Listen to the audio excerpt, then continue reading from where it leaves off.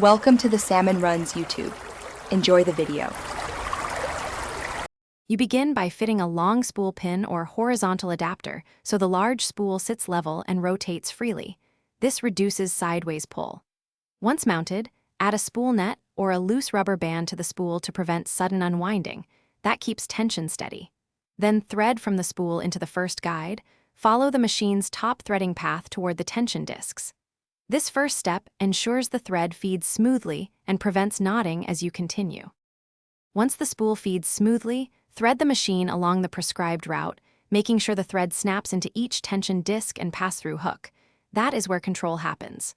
While threading, hold slight tension with one finger to seat the thread. This prevents slipping.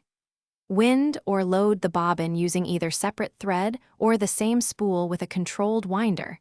Verify bobbin tension is balanced versus the top thread. Then pull a length through the needle and presser foot to confirm feed before stitching.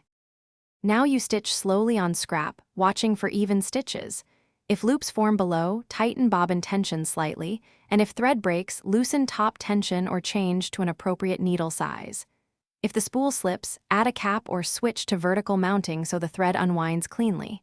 If skipped stitches persist, recheck the threading path and replace the needle. Finally, once stitches are consistent, speed up. But remember, small adjustments to tension and spool support. Thanks for watching. Consider subscribing if we helped you.